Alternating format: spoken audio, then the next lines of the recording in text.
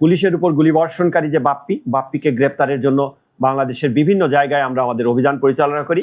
এই অভিযানের ধারাবাহিকতায় আমরা বরিশাল জেলা, সাতক্ষীরা, যশোর এবং ঢাকা সহ বিভিন্ন জায়গায় আমরা অভিযান পরিচালনা করে আমরা গত শুক্রবার দিবাগত রাত মানে শনিবার পরবর্তীতে আমরা তার যখন সন্ধান পাই যে উক্ত সন্ত্রাসী বাপ্পি তিনি কোনো একটি মাধ্যমে নিজেকে এই অপরাধের দায় থেকে রেহাই পাওয়ার জন্য দেশের বাইরে বর্ডার দিয়ে পালিয়ে যাওয়ার একটি চেষ্টা করছেন।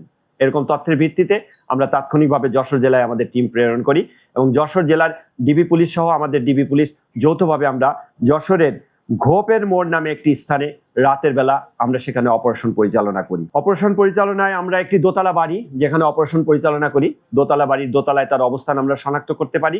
শনাক্ত করার এক পর্যায়ে আমরা যখন ব্যাপকভাবে প্রস্তুতি নিয়ে বাড়িটি ঘিরে ফেলি, বাড়িটি ঘিরে ফেললে ভিতর থেকে উক্ত সন্ত্রাসী বাপ্পি তার অবস্থান সম্পর্কে জানিয়ে তিনি বরং সেটা থেকে রক্ষা পাওয়ার জন্য ভিন্ন রকমের একটি নাটক সাজিয়ে পুলিশকে হুমকি দেওয়ার চেষ্টা করে।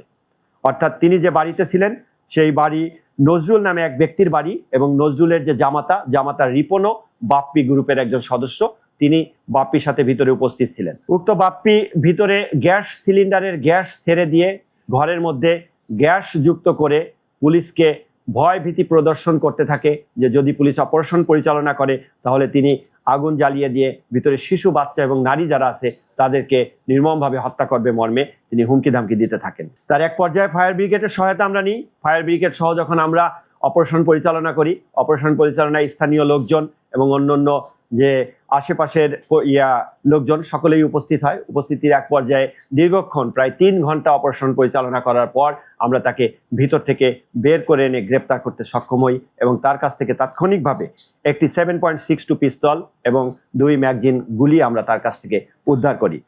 উদ্ধারের পর তাকে যখন আমরা তাৎক্ষণিকভাবে জিজ্ঞাসাবাদ করি, জিজ্ঞাসাবাদের পর্যায়ে সে পুলিশের উপর যে গুলিবর্ষণ করেছে সে পিস্তলটি ঢাকায় তার ভাড়া বাসায় রয়েছে মর্মে আমাদের কাছে স্বীকার করে।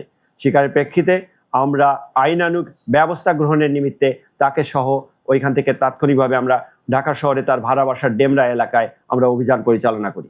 অভিযান পরিচালনা করে তার তালাবদ্ধ ঘরের কক্ষতে লকারের মধ্য থেকে আরও 2টি পিস্তল, বিদেশি পিস্তল এবং আরও অধিক সংখ্যক গুলি আমরা উদ্ধার করি।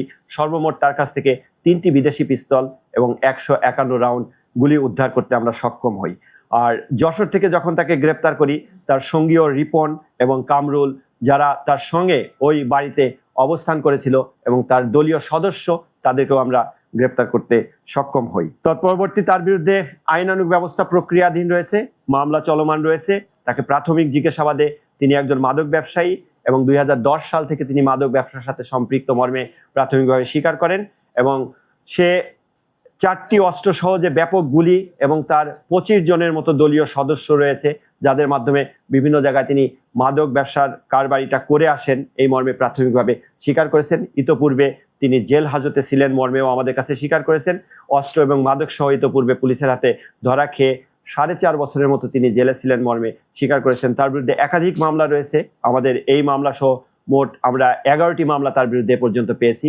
অস্ত্র মাদকের মামলা, তার সঙ্গীয় অন্যান্যদের বিরুদ্ধেও একাধিক মামলা রয়েছে। তা পরবর্তীতে তাকে আমরা পুলিশের এনে ব্যাপকভাবে জিজ্ঞাসাবাদ করে মূলত মাদকের রুট এবং অস্ত্রের উৎস, গুলি কেনার উৎস বিভিন্ন কিছু আমরা আমাদের এই তদন্তের মাধ্যমে আমরা বের করে আনার চেষ্টা করব। আমাকে ধৈর্য সহকারে শোনার জন্য সকলকে ধন্যবাদ।